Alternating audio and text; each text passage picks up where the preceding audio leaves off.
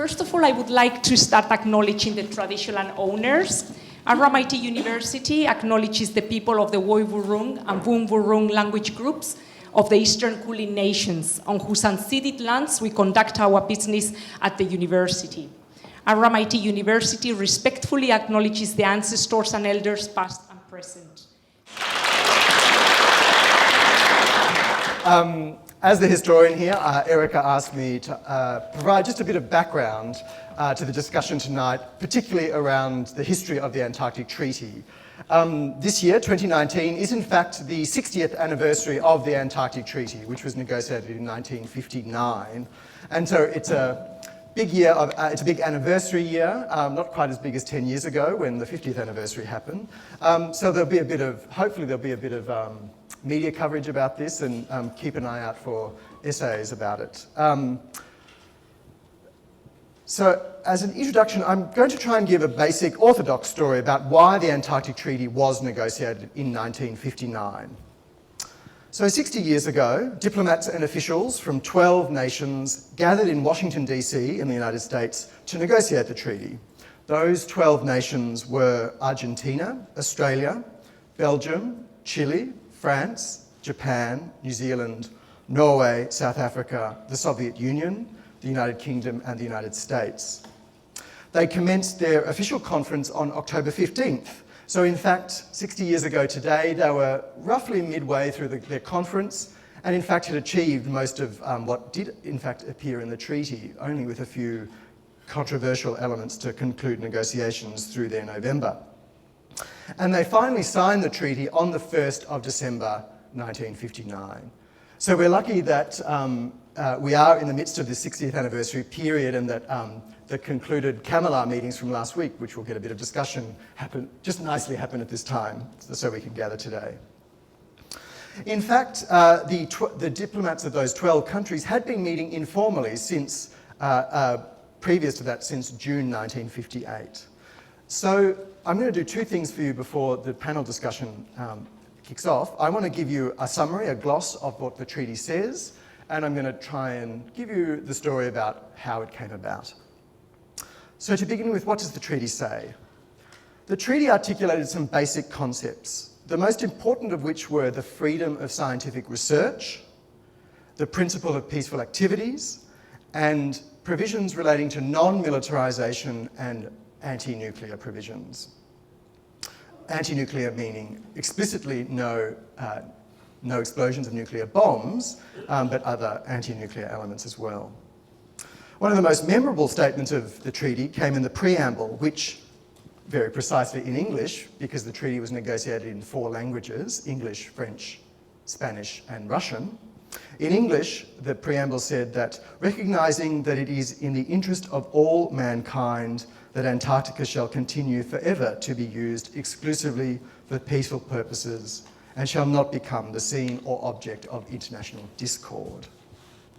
So underwriting these 3 principles of freedom of scientific research, the principle of peaceful activities, and non-militarization and anti-nuclear provisions, underwriting the success and the actual ability to negotiate the treaty was Article 4. Now this is a fairly novel and slightly bizarre article in international law. And it stated that by signing and acting within the treaty, no state was renouncing their territorial sovereignty, renouncing or diminishing their basis of claim to territorial sovereignty, or prejudicing their position of recognition or non-recognition of territorial sovereignty.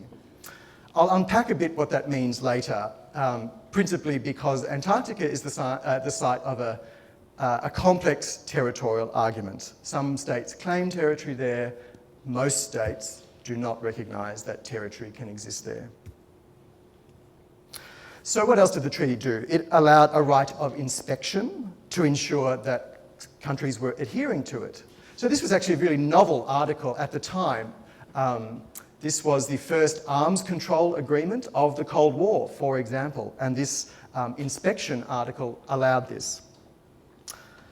The treaty also established periodic meetings which were not in the treaty but later to be called Antarctic Treaty Consultative Meetings.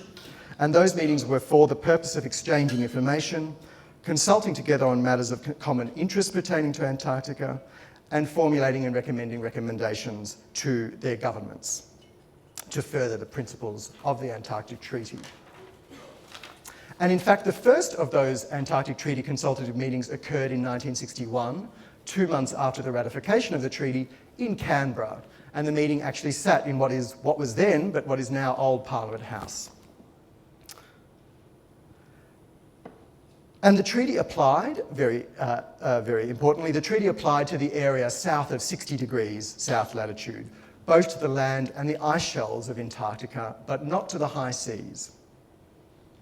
So given, you may have been following the news about the Antarctic marine living resources discussions of the past few weeks. So given that news and the centrality of environmental protection to Antarctic treaty politics today, I do really want to strongly state that in 1959, the Antarctic Treaty was really profoundly a geopolitical document. It was an agreement between 12 countries that was searching for peace and stability rather than for environmental protection.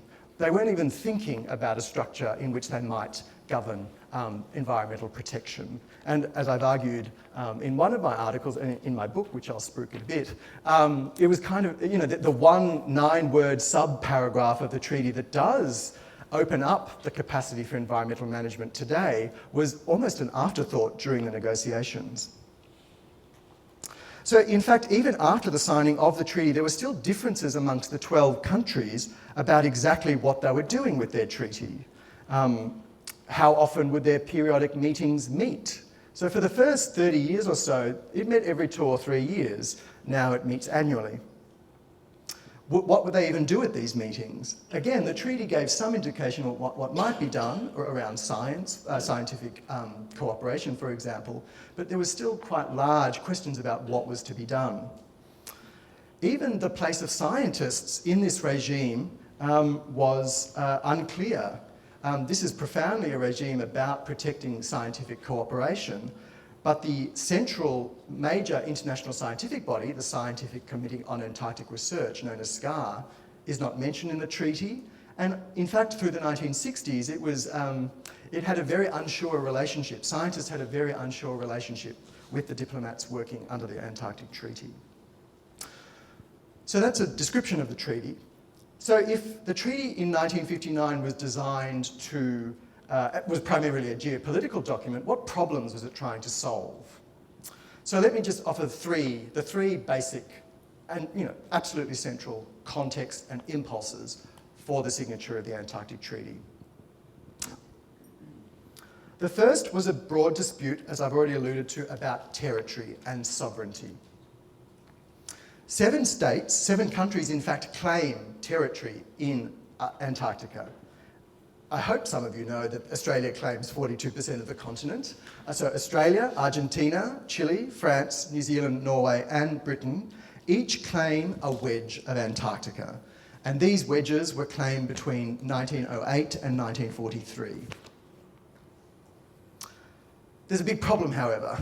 Well, there are 2 problems. One, most countries have never recognised the authenticity or the legitimacy of these claims.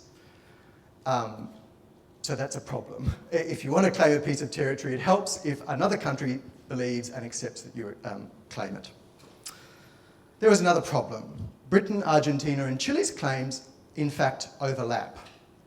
So those 3 claims are in the territory south of South America, and each of them overlaps in part.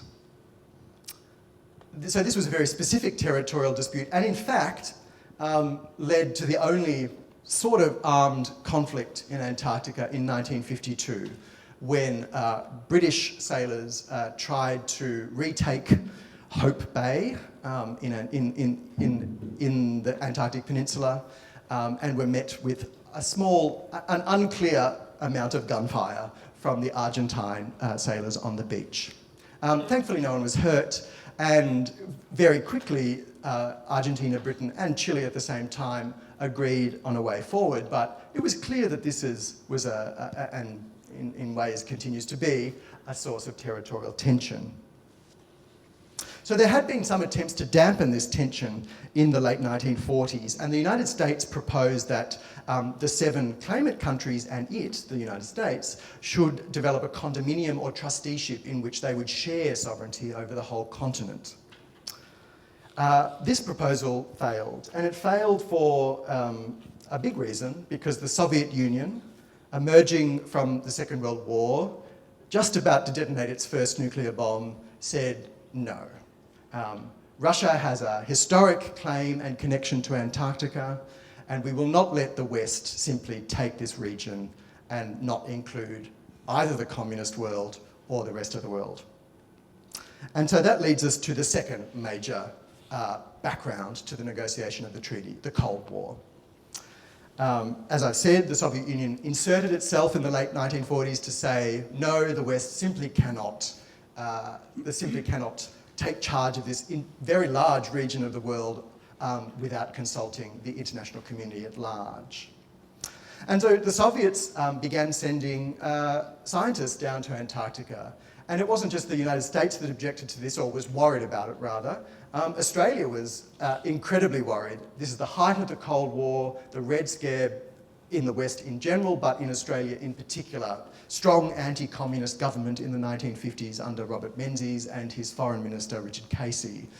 The Foreign Minister of Australia at the time was absolutely worried that the Soviets would establish a secret submarine base in Antarctica to launch missiles towards Australia, even though most of his generals disagreed that that was even a possibility. So the Cold War was this second major context. The third impulse was both a good thing and a bad thing, or it was a tension.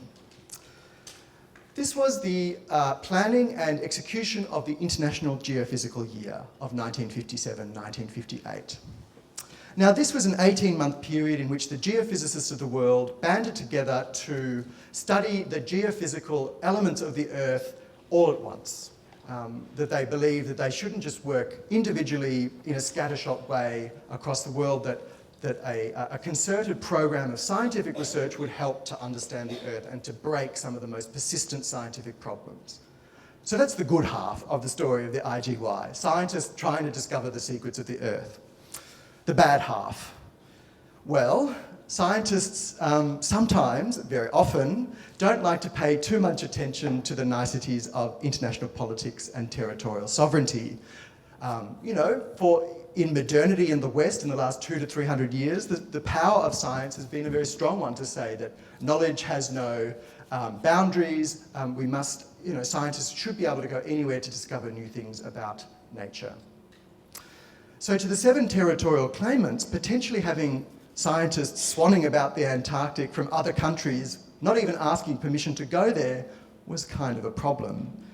To return to the Russians, for example, most of the Russian bases of the IGY were established on Australian Antarctic territory, further adding to the layer of problem that Australia had with the Soviet presence in the south.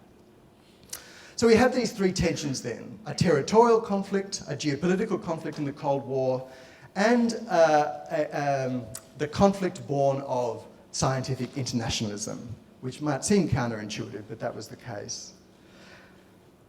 And so there was a question that trying to meet these tensions, but also perpetuate the promise of scientific internationalism, was seen as a way of building and taking Antarctica into the future. And so in early 1958, President Eisenhower of the United States finally decided that it wouldn't make a territorial claim to Antarctica, and that it would help to lead an effort with the 11 other countries that had gone to Antarctica in the IGY. So those are the 12 signatories of the eventual treaty. He invited them to Washington to negotiate a treaty. And that did in fact lead to the treaty, though after much diplomatic and negotiating tensions and disagreements, and attempts by all 12 of the signatories and negotiators of the Antarctic Treaty to make a treaty in all of their individual best interests.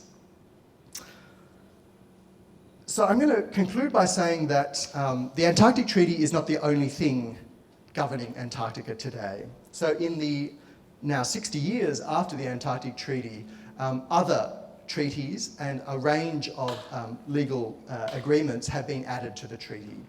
So those periodic meetings I described, the Antarctic Treaty consultative meetings, produce recommendations at their meetings, which countries, through their various legal systems, bring into force so that to govern the action of people, humans, in Antarctica, whether it's the scientists at scientific bases or the tourists on cruise ships or when they land, amongst other things.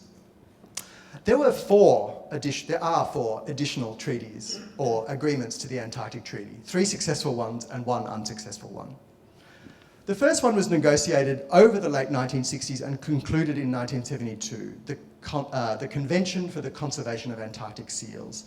That was an agreement to govern the research on and the exploitation of seals in the high seas around Antarctica. That was followed in 1980, again negotiated in the late 1970s, by the Convention on the Conservation of Antarctic Marine Living Resources, known as CAMLR, and that was signed in 1980. And it came into force in 1982, headquartered in Hobart, and its annual meeting from which our 5 other speakers tonight have come. Then we get to the third and ultimately unsuccessful convention. In 1988, after negotiations in the 1980s, the Antarctic Treaty parties signed the Convention for the Regulation of Antarctic Mineral Resource Activities, CRAMRA. This was a very lengthy and very complex document meant to govern potential mineral extraction from Antarctica, including an environmental protection element. This was very famously rejected by Bob Hawke, the Prime Minister of Australia, and he brought along his French counterpart, Michel Rocard. And because France and Australia, who in fact have been leading a very major MPA proposal in the last while, because France and Australia said no to the, they had signed the convention, but they said no to this convention, which they'd helped negotiate, it fell apart. So there would be no convention to regulate mining. Instead, Australia and France, and then international environmental non-governmental organisations, pushed for a comprehensive environmental protection treaty, which was eventually signed. It was negotiated after 1988, and it was signed in 1991, and that is the Protocol on Environmental Protection to the Antarctic Treaty, which is known, in short, as the Madrid Protocol. And that came into force in 1998, and that is the international structure which continues to govern human action in Antarctica. So I hope that's given you a strong background in which we can understand what our four people on the round table tonight have to say. Thanks.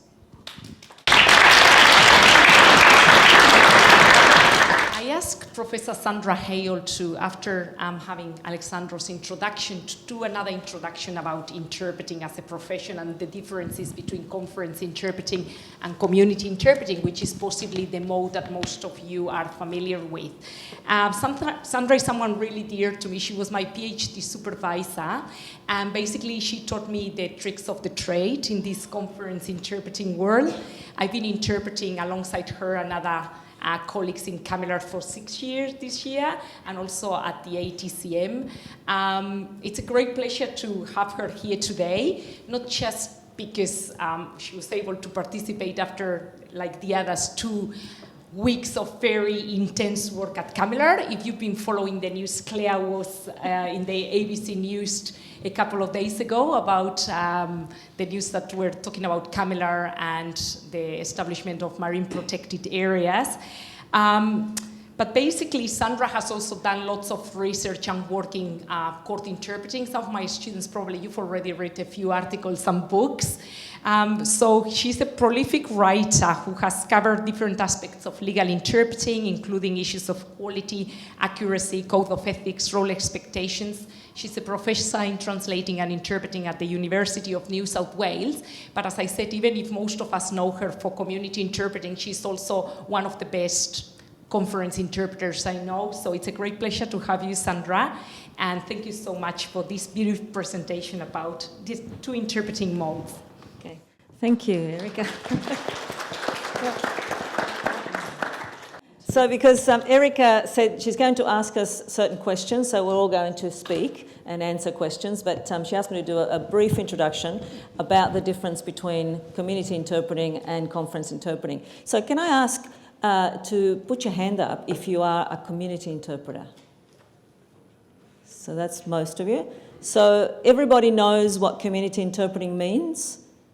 I'm asking because I was at another place where we were talking about community interpreting, and then someone said, "What is community interpreting?" I'll redefine it just in case.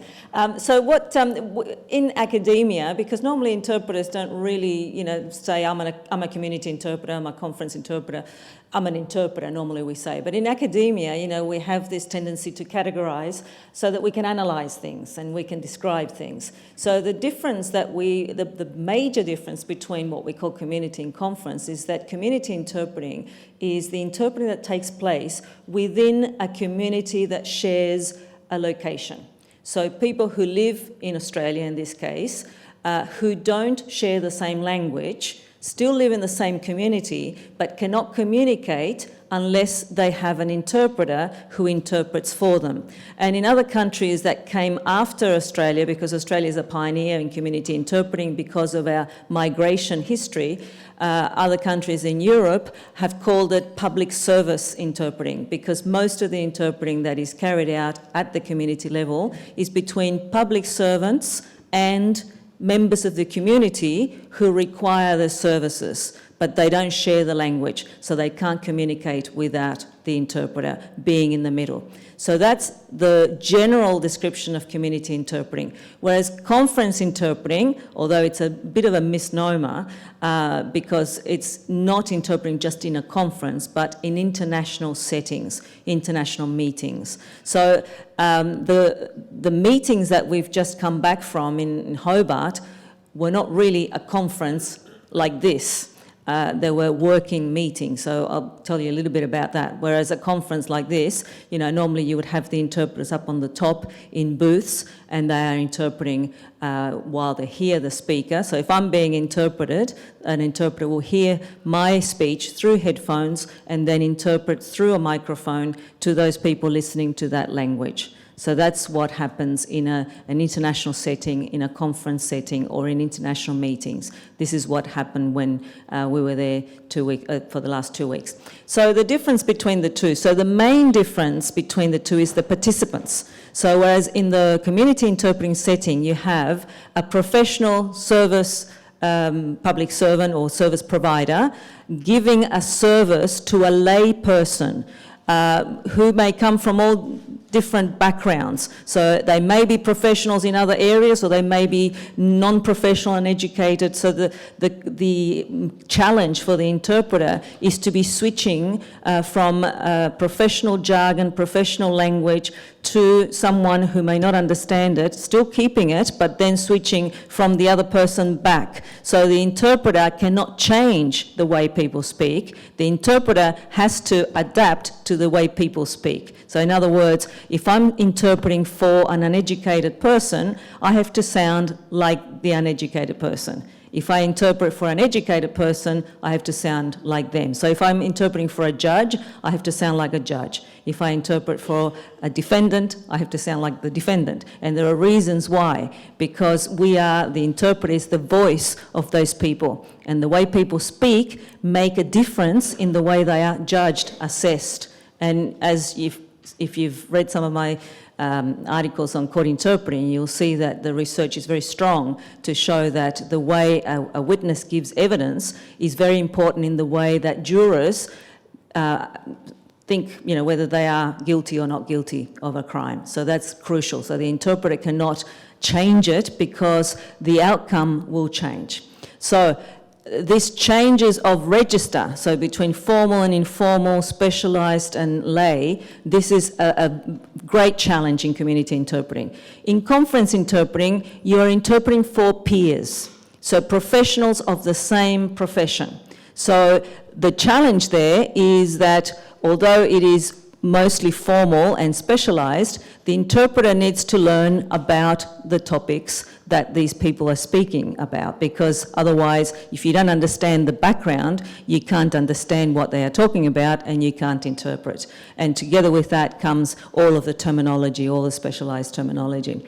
The third difference is the interactional aspect of the activities. So in a community interpreting situation, you have mostly 3 people. So you have the public servant, let's say, the layperson and the interpreter, and there is a 3-way interaction. So the interpreter can control that interaction if they're going too fast, or if they are talking on top of each other. The interpreter can, stop them or ask for clarification if they don't understand. So the interpreter has more control.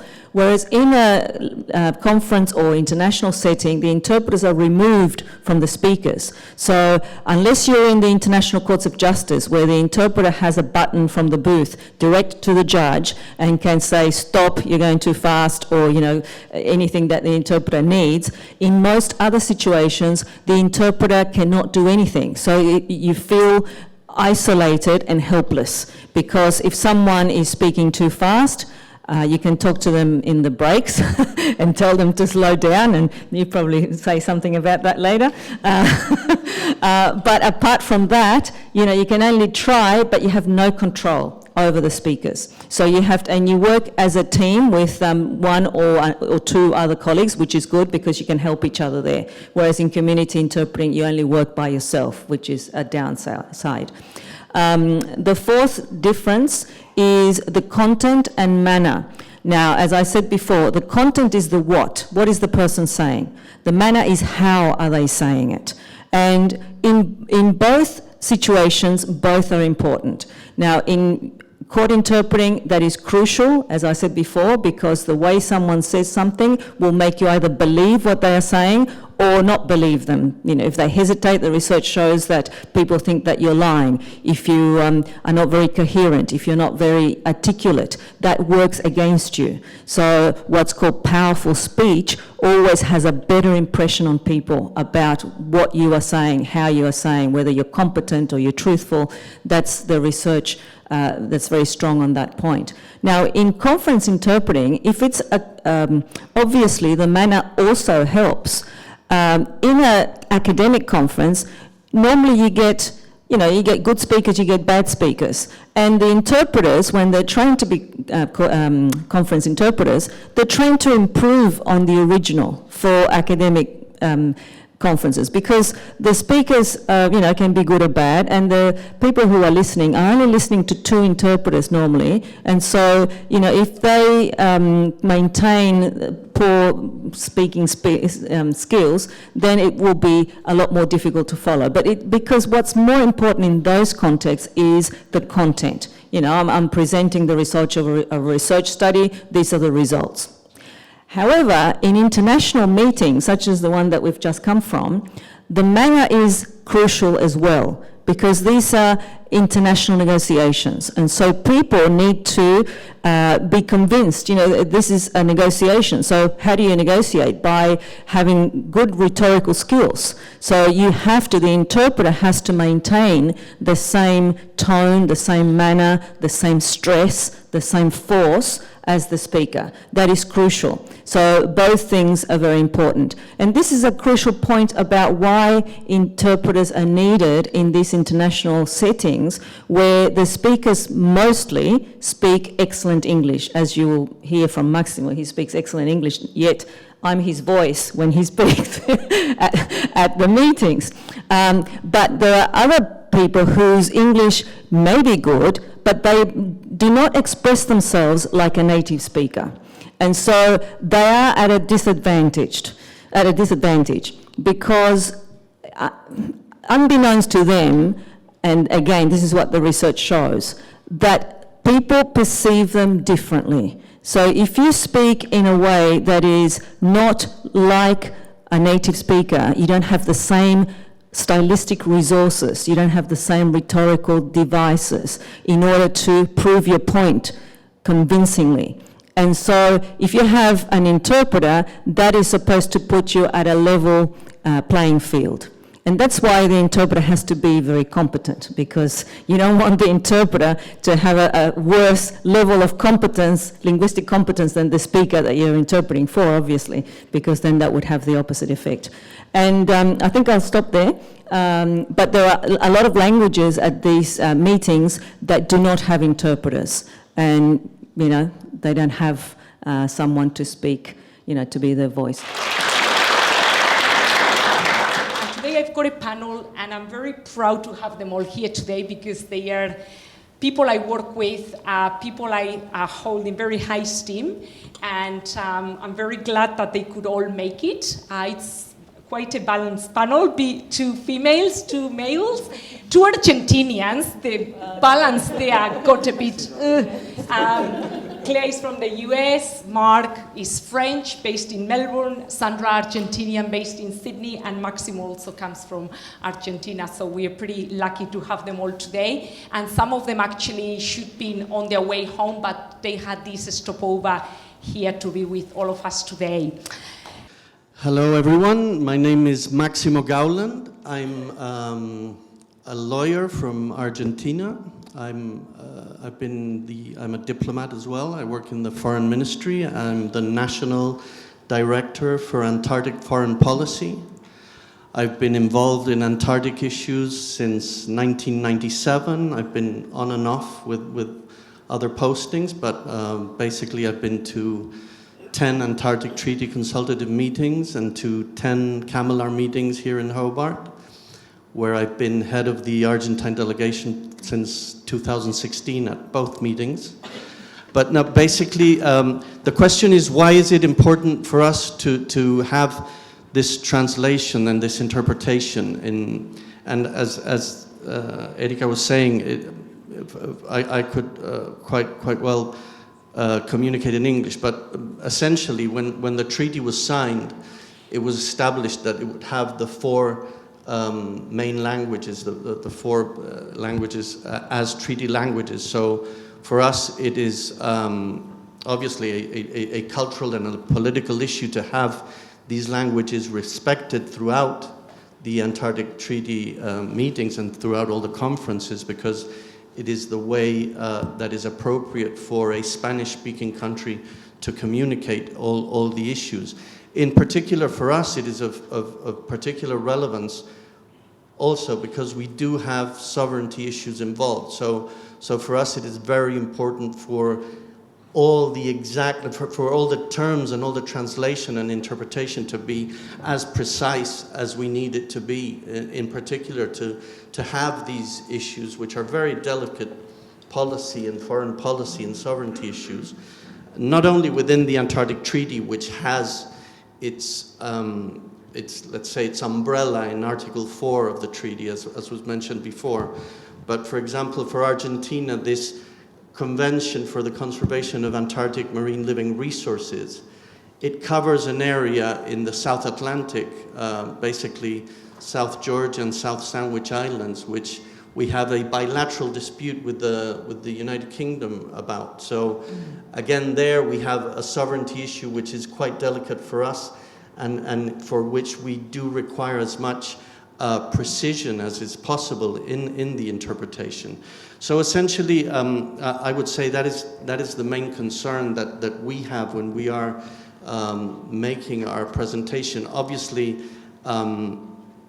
it is also all the Antarctic Treaty Conference, they're all very technical. So it's the actual fact that you have precision in the terminology makes things much easier to understand and makes the negotiation much more fluid and fluent and more easy to undertake, because as Sandra and Erika were mentioning, those are the four treaty languages of the 12 original signatories that were signed the Antarctic Treaty in 1959. Today there are 54 countries that have signed the Antarctic Treaty, and so a whole lot of different languages. Even with the 12 there were different languages, but so there are countries that, for example, use English when English isn't their native language, Japan, Korea, or China, or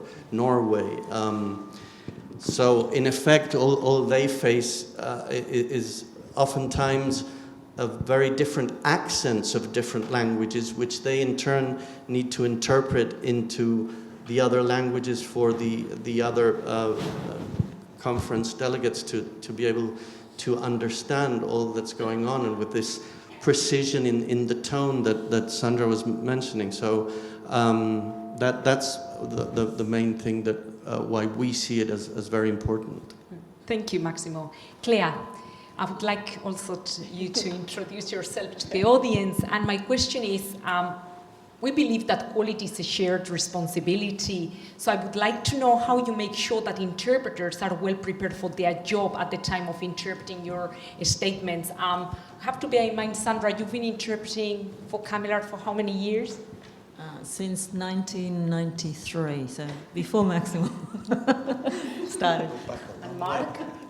Since 2008. So they obviously very experienced interpreters, but regardless, it's such a highly specialized conference that I would like to ask someone like Clea, who is an observer party to Camilar and the ATCM, what you do so that their job is better, if you like.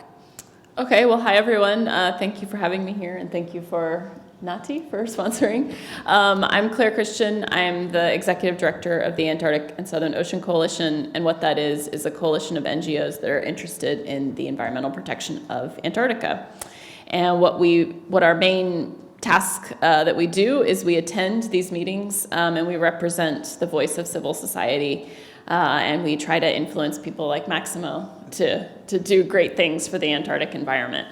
Unfortunately, I'm happy to say that Maximo is trying to do that, so I don't have to worry about offending him today. But and one of the main things we're working on right now is marine protected areas for Antarctica, which has been a main topic of discussion for the last 2 weeks. In terms of the question, I think that as I've been working for my organization, we have been trying to get a little more organized every year. We always present papers to these meetings where we present our recommendations on here are the policies we think that you should implement to protect the Antarctic environment. We've been trying to get when we introduce those papers in the meetings, we try to write what we're going to say in advance. We try to send it to the interpreters in advance. You can't always necessarily be that prepared, but we do like to give them as much advance notice as possible because it does help them. Even if we change a little bit of what we say, I think it's easier for them to be able to convey more accurately what we're trying to get across, which is really important because we write most of our interventions in English, although we do some in other languages, and we want to make sure people who don't speak whatever language the statement is in fluently can still get the flavor of what we're saying. And we also try to speak slowly, although we don't always do that. We try to be conscious of those kinds of things. And I know that over the years, we've actually, I think, built a pretty good one-on-one relationship with a lot of the interpreters, and they know that we're trying to help them, and we're trying to help them get our words across. So that's been something that we in my organization make a priority. I don't know that other delegations necessarily do that, but we think a lot about how our interventions are going to come across, both for the interpreters and for the people in the room, and definitely we think a lot about that. So. And it does help a lot. I don't know if my colleagues agree, but even if you get the statement 5 minutes earlier while your colleague is interpreting, you get it in the screen of your laptop, but you're reading across and doing a side translation and then also simultaneous interpreting at the same time. Mark's another excellent educator, researcher. He is a senior lecturer at Monash University. I could see a couple of his students here as well.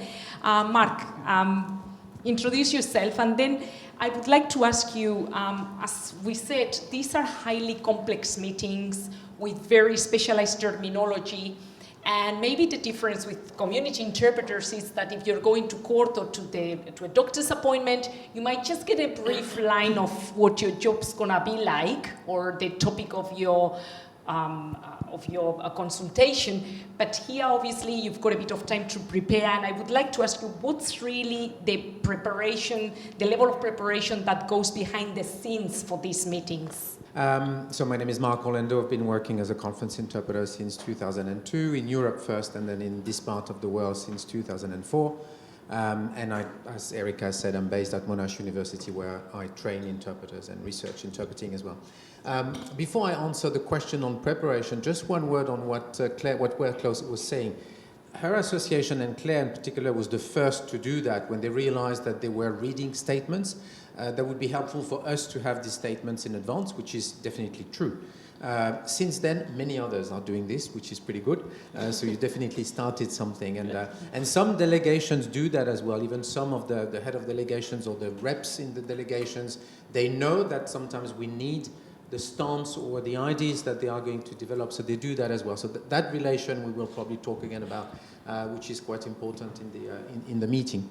So as far as preparation is concerned, this is one of the most, I mean, the Antarctic Treaty or the ATCM and the CAMLA, for me, are definitely the most technical meetings I've made and I've interpreted over the last 15 years. I'm not a marine biologist, I'm not a scientist by training, so this is something that you have to learn when you prepare for the meeting. So this is similar to, of course, any interpretation that you do in another field, you have to prepare. But in this case, we are often given the documents a month and a half or 2 months in advance. There are lots of documents, very, very many documents that are quite technical, that can be very long. Some are very scientific in nature and technical, others are more political, and you have to understand the background which is behind the document if you really want to get it. So it's not about the words, it's not about the terminology only, it's also about, okay, what are they trying to achieve with that paper?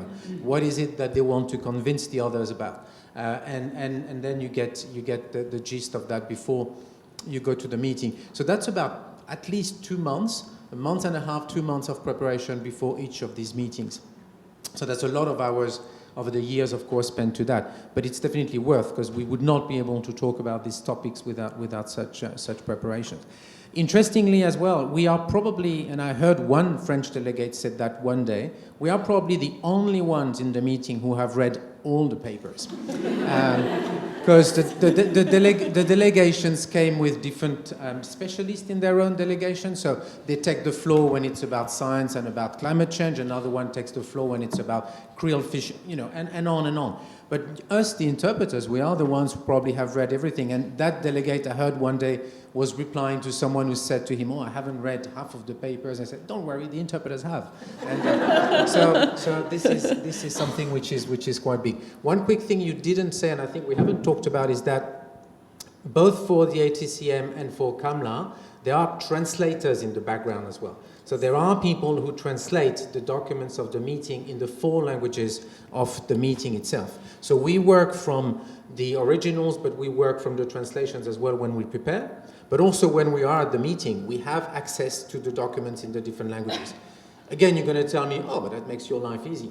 Yeah, except that you can't really read the papers as you interpret. As you know, people do not follow, because as Sandra said, they don't really present the papers, or they do sometimes, but it's not a conference.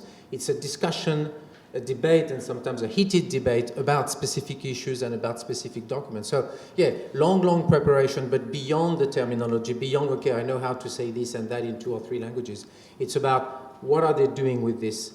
And for some of us who've been here for a long time, how does that play as well with the years, and over the years, where are they going? Yeah, and being probably the newest of the 3 of us here, I felt this year was my 6th year, and I felt like I understand what they are trying to achieve.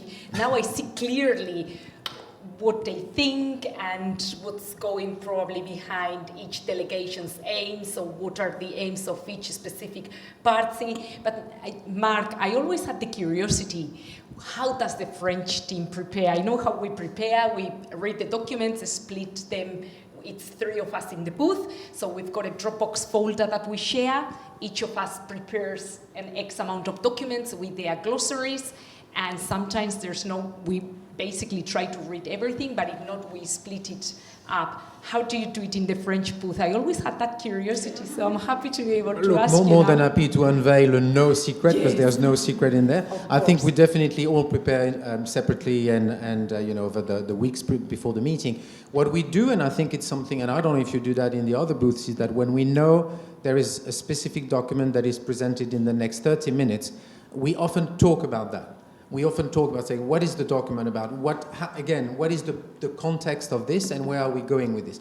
And then if someone has prepared the document more than the others, or has really picked up some very, very technical words that the others may not have picked, we share, of course, everything, and we help each other.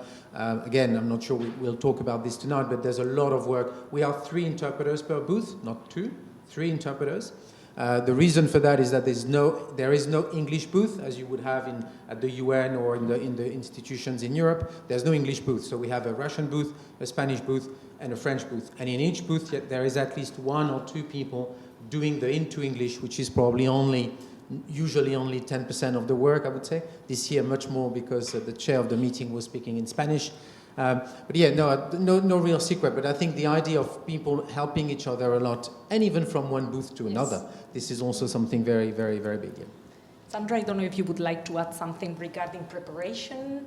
No, I thought something else I thought of as they were speaking is that in Spanish, for example, we have different people who speak Spanish from different countries, and so they have different ways of saying different things, but also different terms for the species, for the fishing gear, for all of the different aspects. So we need to know all of that. Not only the scientific terms are the same, but then the common terms are all different. So that's another level of complexity. Yeah. Can I add one word only? Sorry to take the floor again, but just about preparation, because we've talked about preparing the meeting, but I've realized over the years that it's also knowing the geopolitics of the world we live in. And when I started doing that in 2007 and 2008, the world was what it was. We went through the GFC, we went through different things, and when you interpret in any conference, you have to be aware of what's happening. But I think in the last few years, specifically around science, around climate change, you read the press as I do, you have to know what's happening in each of the meetings about these different topics, because of course it's going to have an influence at the meeting on who says what and where they're going and what they're negotiating. On the margin is a word that we use quite often during the meeting, actually. And Maximo and Claire, the next question is for both of you. We've had quite a solid team, both at the ATCM and Camera. So as I said, Sandra's been interpreting for over 20 years now. And Mark, pretty much the same, over a decade. You said 2002 that you started, Yep, Mark? started 2002, so that's 17 years interpreting for the same meetings. But some interpreters come, some others go. For you, what makes a good interpreter? You're going to make me start. What are the qualities, if you like, of a good interpreter? For me, essentially, I think a lot of what Mark was just saying, as the meetings are very technical in nature, the actual prior preparation, is really fundamental. And I think what we're going through quite a good phase of CAMELAR and the Antarctic Treaty meetings, because we've had interpreters that have been on the issues for many, many years, and this gives them a lot of knowledge of all the technical terms, of all the political backgrounds, and of what's going on. I think that for us is very fundamental. I would very much pinpoint what Mark was saying about knowing the politics. Again, I go back to issues that maybe are very politically sensitive for Argentina, for example, regarding certain issues about sovereignty again. And for us to have a very, very precise knowledge of what's going on, what things can be said or can't be said or shouldn't be said one way.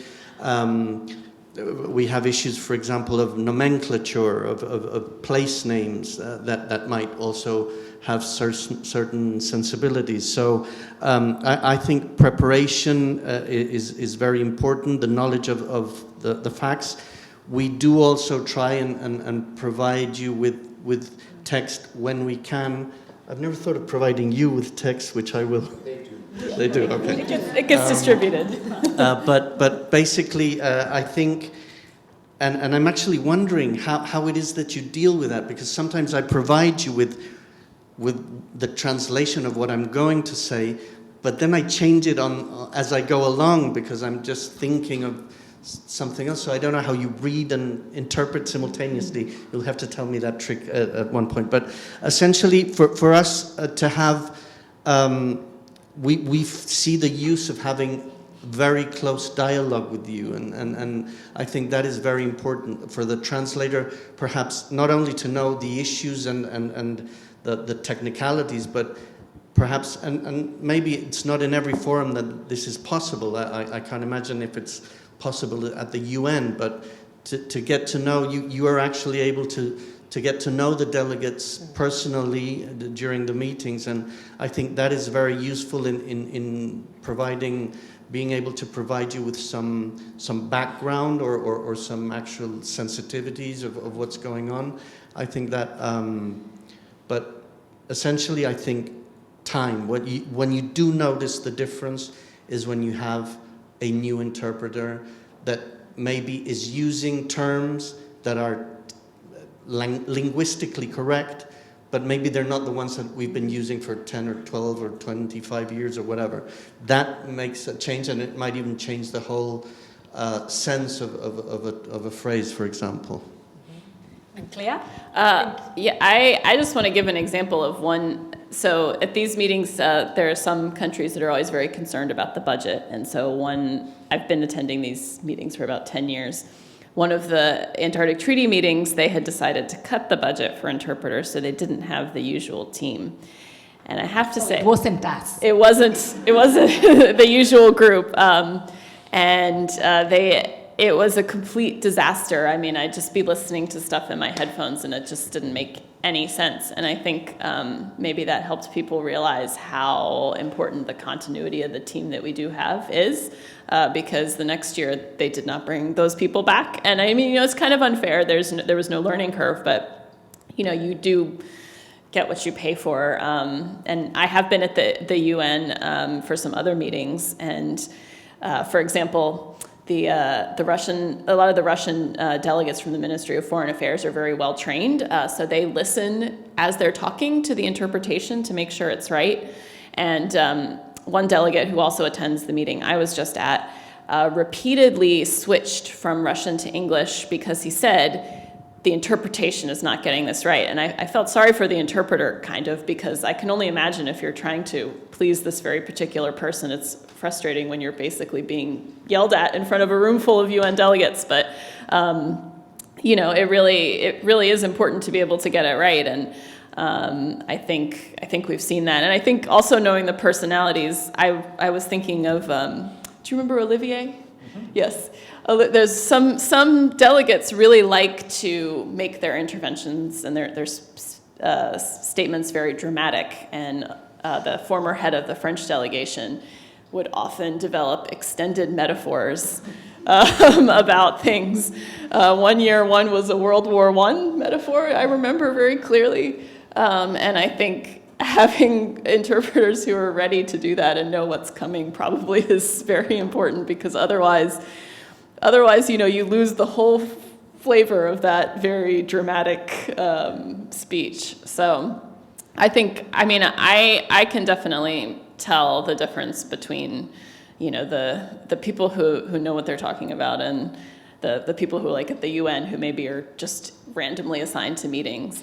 It makes a big difference, and I think we all appreciate it, especially because for someone like me who is trying to understand what positions people have, a lot of the language at these meetings is not necessarily straightforward, so you need to have a precise understanding of what people said so that you can read into it what they are meaning to say but may not be saying directly. So there's a lot of subtle things going on, and it's really important. But again, regarding what Claire was saying, it's not only the sort of the very biological terms, or there are certain legal terms that any sort of variation can have quite a difference regarding what the delegate is saying. And I did notice as well that, the Russian was being very, very cautious at certain points during the meeting, that he had the exact translation of what he was meaning to say, because it was a sort of very delicate issue on which they were practically alone. So he wanted a lot of precision, but I think that's very important. Can I say, back to what you were saying, Maximo, when you send us your statement and then you go off it, we don't stick to the written, we listen to the speaker. So the statement is there just to, read it beforehand and to make sure that if there are any terms or whatever, but we always interpret the speaker.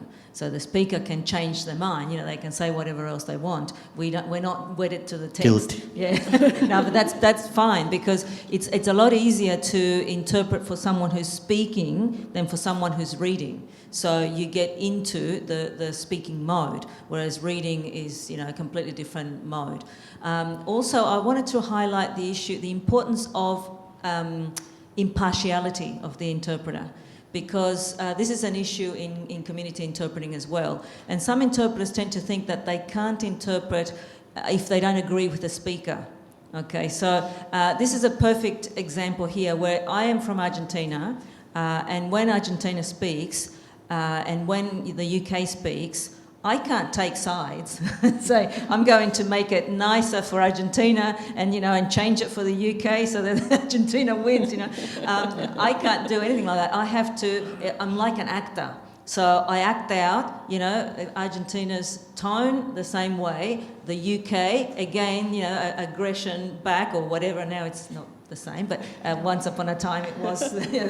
Now this time it was more other countries. But that same tone is important. So it's not up to us to think, oh well, I don't agree with that person, so I'm going to change it. And that's a very crucial point for interpreters to keep that level of impartiality. It's not our words. We are their voice, so we're acting out someone else's part. Yeah. Sorry, one other comment. There are moments, for example, when we need to make a statement. There has been, for example, a situation in different documents or whatever that jeopardizes, and I again go back to the sovereignty issue of the South Atlantic, in which we are obliged to make a statement. And I will make that statement in Spanish. I have it written, I prepare it, I write it down, and I provide them with the English exact translation of what I want them to read. At that point, they do read that, because I want that exact statement to be reflected in the report as it was written. So there are those specific occasions in which we request them to actually read the translated version which we have provided them, so it will be completely reflected in the report, and we avoid at a very sensitive time any sort of nuance there might be in the actual interpretation as they go along. Sorry about it. That's all right. And now it's time for the interpreters. What makes a good speaker? Sandra? Well, if you go to the next slide, I've got a few things. So, and this is good speakers. You can put the whole thing there for any situation, but I've divided it into 3 areas. So the first area is self-awareness. So when a speaker is self-aware, so when they listen to themselves, okay, so listen to their own speech, how is that coming across? So that's crucial. And knowing what the point of their intervention is, because you might be surprised that some speakers don't know the point, or they know, but they don't know how to bring it across in a way that is clear to everyone, or they think aloud. When a speaker thinks aloud and goes back and forth, that makes it more difficult. The next point is awareness of the listeners. So being clear to those who are listening, especially the non-English speakers when they're speaking in English, because there are many there who do not speak English well, and so they don't rely on the interpreter, they rely on what they hear. And if they are aware of them, then it's easier for the interpreters as well. Speaking at a reasonable speed, again, speed can increase your cognitive load as an interpreter, and if that increases, then your performance decreases. So that's that balance that we have to work with. You need time to hear it, understand it, process it, and interpret. So that's why the speed is crucial. Being coherent, finishing sentences, avoiding embedded clauses. So when someone starts saying, yes, because on the one hand, oh, but let me go back to this. Oh no, but before I say that, I go to that. You know, so that can be very difficult for the interpreter to remember what the original main clause was after all those embedded clauses. Someone who avoids puns and language-specific jokes, because that's very difficult for interpreters to interpret, and avoiding reading when possible, and if they read, then to pause after every sentence so that it can be processed. And the last one is awareness of interpreters. So remembering that they are being interpreted, sharing the responsibility for quality, because ultimately it's in the speaker's own interest to be interpreted properly. You know, if they don't help the interpreter will not do as good a job, and it will affect the speaker. So that's an important thing. And providing text in advance, preferably not reading it. So these two speakers here are model speakers. I think they know who are not. They're my main points. I don't know if you've got any others, Mark? Not really. I think they're all there. I think I would have put awareness of the interpreters and that you are being interpreted really at the first thing. Because I think that's what most of these speakers do not realize sometimes, is that even if they do not rely on interpretation themselves, they are being interpreted, which means that they have to still stick to some communication rules so that they can be understood. I think there are other things as well about the way, English is taken as a lingua franca in the world today. People speak English, what sometimes in our profession we call global English or globish. So something which is, yes, a shared language by everyone, but spoken with different accents and different ways, you have a cultural expression in every way of speaking a language. And so when people speak English, they can have cultural elements in there. And so you have to be aware of that, I think, when you're a speaker as well. Like, if I could take one example from the meeting we were at last week, one of the delegates who normally speaks is a Spanish speaker. But he doesn't speak in Spanish when he speaks in English all the time. And he has in my view, and I'm sure the others will share that, he has a very thick accent in English when he speaks Spanish. So when you come from Europe or from Latin America or the US, you are used probably to Spanish people speaking English, you know their accents. But when you come from Japan, Korea, or China, you are not used to a Spanish person speaking English. You are not used to that accent. And I'm pretty sure, I could bet on that some of the interventions that he makes are not understood by the people he's targeting because he's speaking in English and he's not speaking in Spanish. If he were speaking in Spanish, that would be interpreted by the Spanish booth into English, by us in the other languages if we don't take directly from Spanish, and he would have, in my view, a better chance to be understood. This is something you will never say to a diplomat. I've talked to some people in his delegations who said, no, we will never tell him that. Fine, but he should maybe be made aware of that. So these sorts of things, beyond everything that was listed here, I think there are also some specificities that are quite interesting here. Sorry, can I just add one thing? I sometimes when you see that there is a speaker that is not aware of the interpreters, and you're listening to their interpretation racing like mad when there's I really feel sorry for what they need to keep up with, because it's sometimes really difficult, and they do a magnificent job of doing that. I see sometimes when you see the colleagues, you close your eyes and you go, and as we said, it's three of us and we help each other a lot. If someone's racing and there are lots of terms, we have usually a notepad in the middle, and someone might be writing down the figures or terms, but usually you do get, and different people, I believe, have different modes to cope. I sometimes need to close my eyes and just interpret. Some other people draw in their notepads. But yeah, the levels of concentration that you need are up there. I don't know if you agree, Mark and Sandra. Yeah, absolutely. So I was going to talk about the challenges for interpreters, and we've touched upon that a little bit. Well, as I said before, I think the fact that, and again, we can go in a little bit, because there are many interpreters in the room, we can go a little bit into interpreting and what is happening cognitively when we are interpreting simultaneously in meetings like that. So the key in simultaneous interpreting is to listen to two things. The key is not listening and speaking at the same time. This everyone can do. The key is to listen to the input and listen to your output. So we are on 2 channels all the time, which is what you get and what you are producing. When you add on top of that paragraphs to read from the documents, when you add the fact that we have to write quite a lot as well, that there is an interaction in the booth, that we observe the meeting, and we'll probably talk about the fact that we are not in the room with the speakers, but I'll leave that for later, probably. We observe the room through a camera to see who's about to take the floor, so you can anticipate them when you know their stances. So all this makes quite a lot of challenges along the way.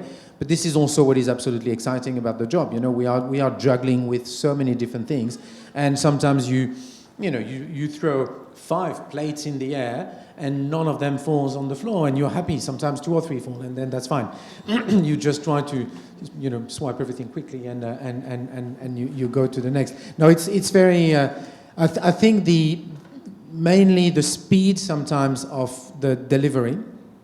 Because I think, the more the delegates are used to the fact that they can write their statements and send them to the interpreters, the worse it can become for the interpreters, because they tend to read their text. And as you know, interpreters in the room, you can't catch up. You can't follow really someone who reads that quickly. So I think it's one of the issues sometimes.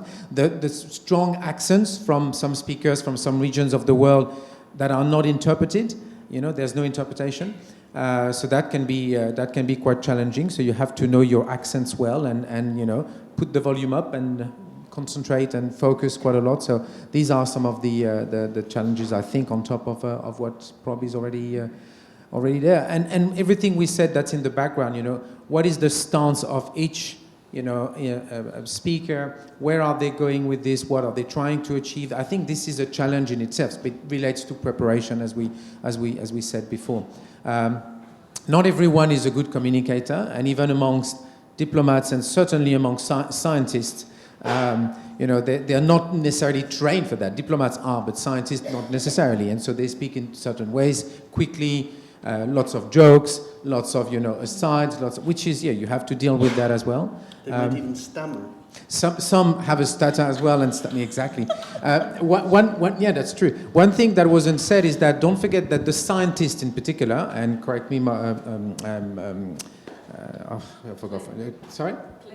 Yeah. No. Forgive me if I misled, but most of the scientists spend some time in Antarctica together. I mean, they know each other very well. They share a lot together. So they speak in English all the time. So when they're in this meeting and they have to speak their own languages, that might be tricky for them as well, I suppose.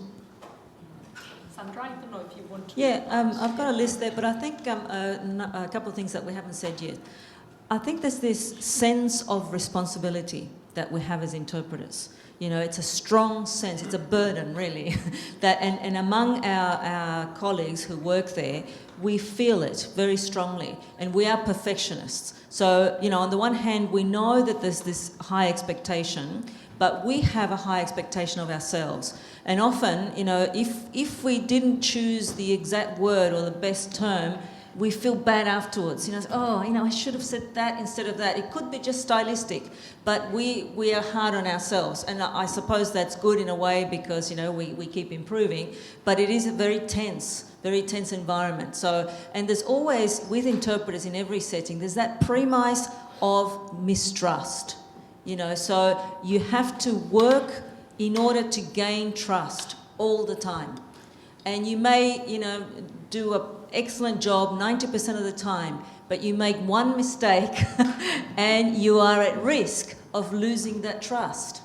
So, that is a very heavy load on interpreters, which, very few other professions, I think, have, unless you're a surgeon, and, that sort of thing. But most people, I made a mistake, it's okay, I'll say it again, sorry, I was tired, I didn't mean that, I'll rephrase it. But interpreters can't do that. You can be really fatigued, the breaks are shortened, you work till all hours of the night, and then, you made a mistake, and you can sometimes rectify it because you can, in a way you can fix it. But you can't say, sorry, can you start again? I didn't quite get that, we'll start again. You can't do that. So I think that's a very important thing that speakers need to understand. And as Mark was saying, helping the interpreters with the speed, with everything that Maximo and Claire were saying is crucial. Because, sorry, at the end of all these meetings, there is the report adoption. So we're all working with this text in English. The report adoption is done in English. And the only things that can be incorporated into the report are things that were actually said during the meeting. So if there is any sort of variation that a delegate might feel that another delegate didn't exactly say that, there might be an issue of how it was interpreted at the time it was said. So it is, one of the other issues that I think is you need to bear in mind. And before, Claire, you mentioned those meetings where there are no interpreters. Many of the scientists gather every now and then or X times a year for their meetings leading up to CAMELAR or the ATCM, or even when interpreters have worked for 12 hours and they go home. Then the meetings continue with no interpreters.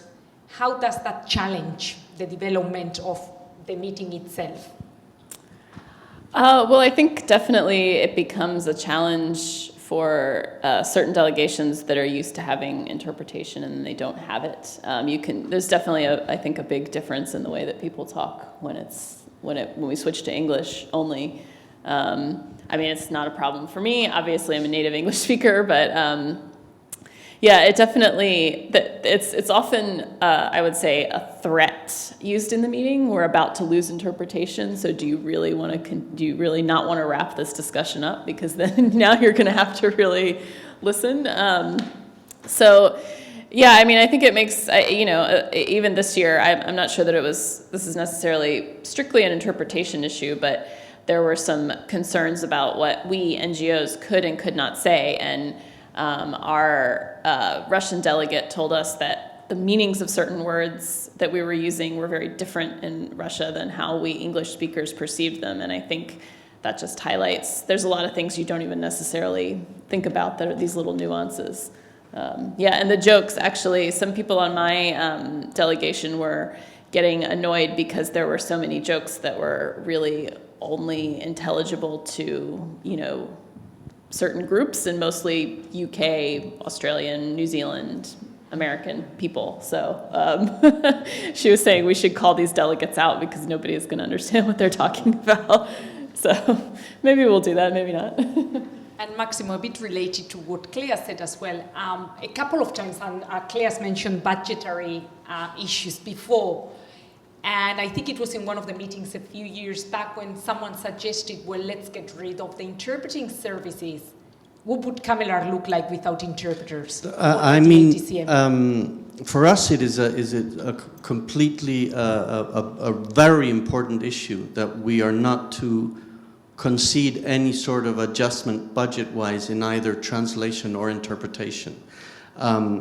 Because even if perhaps for me it's to actually deal with a meeting in English is not a problem, it is an issue that maybe not all Argentine delegates are that fluent in English. And basically it's a question of principle. The Antarctic Treaty and all the treaties of the Antarctic Treaty system that came after that were established for the 4 treaty languages. So for us to maintain the 4 treaty languages at all the most necessary levels is fundamental. It's a question of policy, basically. And even though we do reach certain points in the meeting, obviously they are human beings. There are so many hours they can speak a day, and sometimes we start the meetings at 8 or 9 in the morning and we go on until 2 or 3 in the morning of the next day. And obviously they cannot keep on translating because they couldn't deal with that. So at some point we do switch, we lose interpretation, we do switch to English. And we do that basically because there's only, otherwise they would have to have a much larger number of interpreters working for the meeting, which wouldn't be advisable budget-wise. But we do that at the least number of situations possible, and we try to complete all the main work of our meetings with the interpretation. That for us is quite fundamental. And as a question of principle, we do not proceed with report adoption until we do have the actual report written in all the 4 languages. So we have something in writing in our native language. That is also a question of principle for us. And so I'm going to go now. What frustrates or irritates you? This will be interesting to see. I think we've covered all of We've those. covered them all, yeah. But just I'll put them there just very quickly. Go back, that's it. Yeah. So But I think we've said they all switch that. languages as they are speaking. When delegates speak in poor English, I think, Mark, you've touched upon that as well. So we'll go with the next one. And Mark, I would like to ask, oh yes. Can I just say something? You know, at the end of the day, we're having this event, we're talking a lot, and that's probably why you're here, how interpreters work in multilingual international meetings and things. At the end of the day, it's not really about us. At the end of the day, you know, that's why, you know, we can say this in an environment like this. We will never repeat anything like this elsewhere. You know, we are there to provide a service. We try our best to do our best, and in this case, we can have, if we have a good relation and if people understand what we do. But you know, I always say to students and to interpreters, it's not about the interpreter. It's about facilitating certain things. You have to take care of the interpreter in many ways, but it's not really about that. One quick thing about the 4 languages, just on the history side of things. The treaty was signed in 1959. The 4 languages of the UN at the time were the languages of the treaty. Chinese and Arabic were added in 1972. So that's after that, because of the cost, it would be to add languages. They've never added any languages, but they used the fact that these were the UN languages at the time. I will add that CRAMRA, the rejected mineral convention, had Chinese as the 5th official language, but that wasn't carried over to the program. And you can see, if I can just add, you can see that delegations that don't have a language are often at a disadvantage, I think. And in fact, one year, Korea brought their own interpreters to the meeting we were just at, to Kamilar. And I think it really helped them and helps them get their points across more clearly. Because, I think there are a lot of times that we might misunderstand what some of those delegations who don't have interpretation, but also English is not their strong suit. I think there's some things that get lost. But similarly, and I won't open that Pandora box, but it's also sometimes something that can be used by a delegation who, you know, when it's not their first language and they don't have interpreters for them, how far are they going in using that as, but you misunderstood me, or, you know, or something. Yeah, but because there are delegations that perhaps might not have such a good accent, but you know, they speak perfectly well, they can write and they can understand perfectly well. So sometimes when we switch to only English, they use that in a very sort of tricky way. So that's also an issue. And Mark, you've conducted extensive research on machine interpreting and, well, machine interpreting or new technologies, if you like, in translating, but especially interpreting. How do you see the future? Do you think we're going to be replaced by some very intelligent machines and one day we won't have to sit in our booths for 12 hours, or we might be somewhere else interpreting? How do you see it? Well, that's obvious that when you mix, speech-to-text technology, neural machine translation, artificial intelligence, there's a lot that is being done to try to replace the work you do, the work we do, whether it is translation or interpreting. I think, and I'll go fast on that, it's definitely obvious that we have to take these changes on board. We can't ignore them, and training and research in that respect do their job. I think what most people see us for the future is people using technology to provide a better service somehow. So I've read something recently where we are presented as centaurs, you know, half human, half machine, or whatever. So that's definitely something. Maybe machine interpreting is not there at all. Machine interpreting still has a long way before it can happen. But definitely progress are made every day, and people work very hard on types of algorithm, on mixing different technologies, and they are definitely getting somewhere. The thing is that how do we behave as interpreters about that? The thing which is a reality today is remote simultaneous interpreting. This is a reality. There are meetings that are organized over the world, generally in 1 or 2 languages, and probably when the interpretation is not or where the meeting is not an exchange. It's more, as Sandra described before, a speaker talking to an audience. Fine, you may organize that by, different, you can have an interpreter in another country interpreting that meeting. But again, I don't know if we're going there now, but the way we work at Kamla, for example, we are not in the room. One team of interpreters is in the cellar, the other team is in the attic of the building. This is remote interpreting. But we are on site with the delegates, we are part of the meeting, so that makes a difference. But yeah, no, I don't think about technology this way, but I think we can't say, no, it's not going to happen. It's not there yet. We have to agree and to admit that we will have to use technology for various things in the future. So centaurs, that's what you have to, or how you have to see yourselves and in the coming years. Sandra, I don't know if you would like to add. If I may just say, I cannot see that happening, and I certainly hope I'm not around for when that happens, because apart from everything, it would be much more, apart from being less precise, I think, in capturing the flavor and the essence of what the speaker is saying. I don't know what algorithm needs to be developed to achieve that. Apart from that, it would be much less fun than...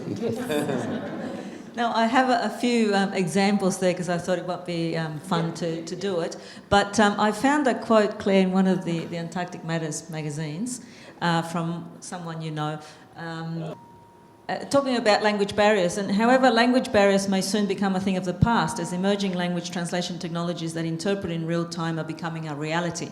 Okay, so it's not really becoming a reality. So this one, it's from another piece of research that I did with police interpreting, where the person says, I think you have the wrong person. I don't even smoke or drink liquor. Why would I have drugs? And the machine interpreter said, I smoke or drink liquor like I'm going to have insurance. So, I don't know why insurance, but so that's a funny one. And then the next one, I've got an audio, because one thing that machines can't do is the tone, the intonation, the force, the feeling. They can't do that. And so the person says, but why? Don't I have the right to visit other bloody countries? That's what he says. And this is what the machine says. Do you want to press the... But because I do not have the right to visit other countries. Okay, so you can see what it's done, because in Spanish, because and why is the same word, but with different intonation. So the machine chose because, which in fact is saying the opposite. Okay, so it says, why don't I have the right to visit? Well, blood is gone, so the machine doesn't swear.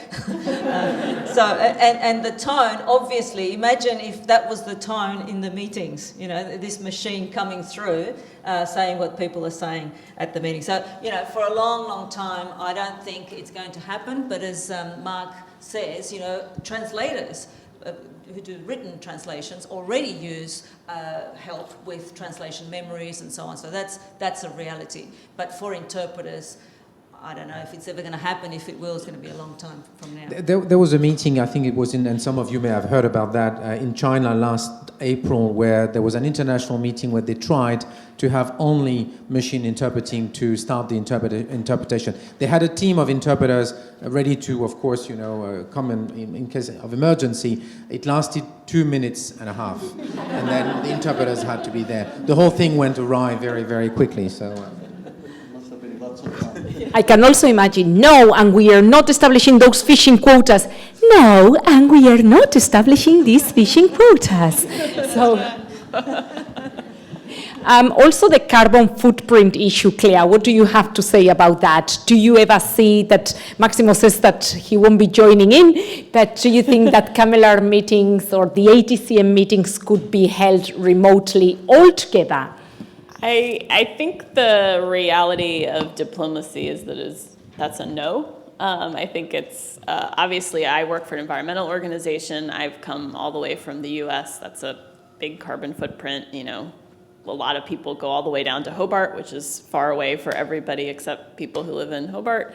So there's a lot of impact in that.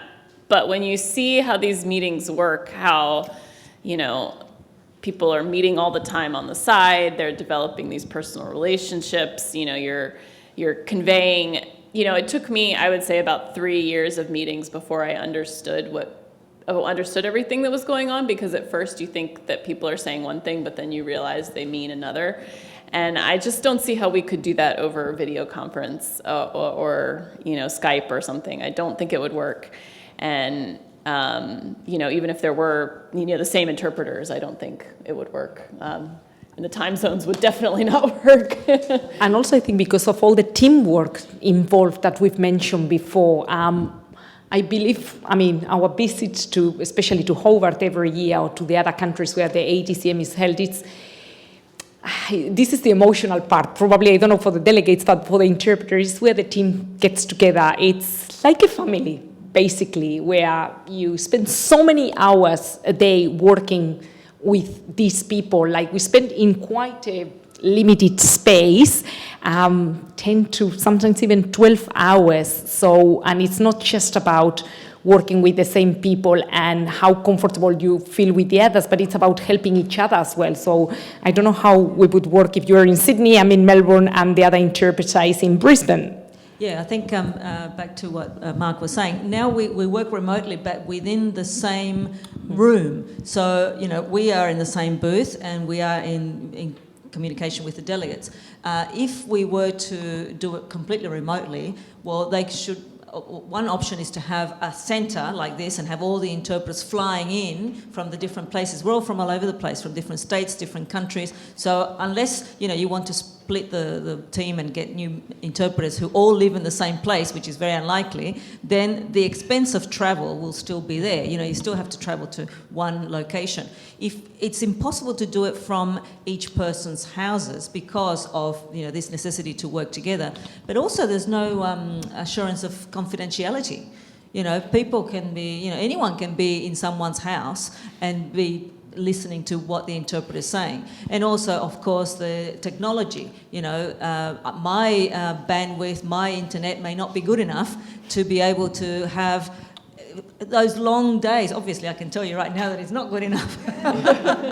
So it's hard sometimes to even read your emails, let alone do this, live for so many hours. So it's impossible at this stage. I don't see it coming at all, even though even the previous CEO has been, talking about, so the Executive Secretary had been talking about this for quite some time, but it's not doable. It's quite comforting to know that the delegates are not so much for it, so... Well, there would be a great risk as well about the connectivity. Sandra talked about her internet, but that's the thing in Australia as well. We're not there yet, and you know it, and we know the story, and we're not going to revisit this. Compared to many other countries in the world where the hubs that you talked about exist, there's a big hub in London, one in Paris, one in New York, where you can bring interpreters and they spend the day in a hub, even if a meeting is in Rio de Janeiro or in Shanghai. The interpreters are in the same hub in the same city. But the stability of the connectivity of the internet and everything that is required to do so is super strong. If I'm right, I think we are the 67th country in the world in the list of the quality of its internet. So we will promising. Still go to Hobart for a few years, I suppose. Yes. I don't know if here are some conclusions about this, but before I would like to give the audience the opportunity to ask you questions as well, if that's okay with you. But I don't know if you would like to just close this panel session with a few words. Okay, I'll say a few words. So I think it's very rewarding to know that you are facilitating communication. So in any type of interpreting situation, that you are a crucial link. So, and all of your efforts are going into making sure that you are acting out that person's voice. And, and that is very rewarding. I think another rewarding thing, and working for these organisations for which I've been working for many, many years, since the early 90s, is that I've seen how the organisation has developed. I've seen people, starting out really young, like me, and then growing older. Some retire, some new people come in. And it's also been very rewarding to bring along my best graduates, so such as Erica and other interpreters who work there, because, I can see the capacity building as well. And so that's been a great experience. And it is really very rewarding to work with colleagues like the colleagues that we have here. It's people who appreciate you, whereas in community interpreting, sometimes it doesn't happen. You know, they treat you like, you know, someone who doesn't really matter, or, you know, you should know this, you shouldn't ask questions, you know, you don't need to prepare. All those misunderstandings about what the work of the interpreter is. So it is a rewarding environment. Yeah. Well, if I can just say that we are really, as the Argentine delegation, I'm talking, very appreciative of the work you do. We are very aware of the complications that it has, and we've known you for many years, and we see that you do an excellent job, and you facilitate the meeting at times when the meeting is really sometimes even unbearably long and tedious. So we really appreciate, and after listening to some of the things you've been saying, I appreciate you even more. So many thanks for that. And I will, actually I was thinking that we could make a point, because before these meetings starts, we usually have a heads of delegation meeting before, and that we should have like a point of reminder to the heads of delegation of certain aspects of the interpretation. I will bring that up at the next meeting, which I think might be very useful, to actually remind delegates that behind what you're saying, there's someone on the other side of the microphone trying to interpret you. Well, I have to say, and I'm not just saying this because this is a room full of interpreters, but I've always felt like the interpreters work harder than the rest of us. I mean, at the meetings, I mean, I think, you know, we work very hard. I mean, you know, I'm drafting an intervention and then somebody's, you know, emailing me about something else. And so I feel very busy when I'm there, but I don't think it really compares to, you know, listening to somebody speaking and, you know, and then instantly interpreting it out. I think that's much harder and requires much more focus. So I don't know, I think you all have the hardest job of all of us, because you can't take a break and check your email when somebody starts talking about something you're not interested in. So we really appreciate all that you do, and I hope all the delegates feel that way. And we, you know, we'll try to make your job as easy as we can. Well, just a few words, that's hard, but the thing is that I'm sure, like many people here, you know, I chose that job. I love interpreting, and I really like the fact of interpreting. I feel really good when I do that. So in that meeting, it's challenging, it's hard, it's frustrating, and you're not always 100% good at what you do, but it's so rewarding, as you said, Sandra. You know, even when there's failure in reaching an agreement on creating a new MPA, you know everyone is going in the same direction to protect the environment. So the context is very satisfying in many ways.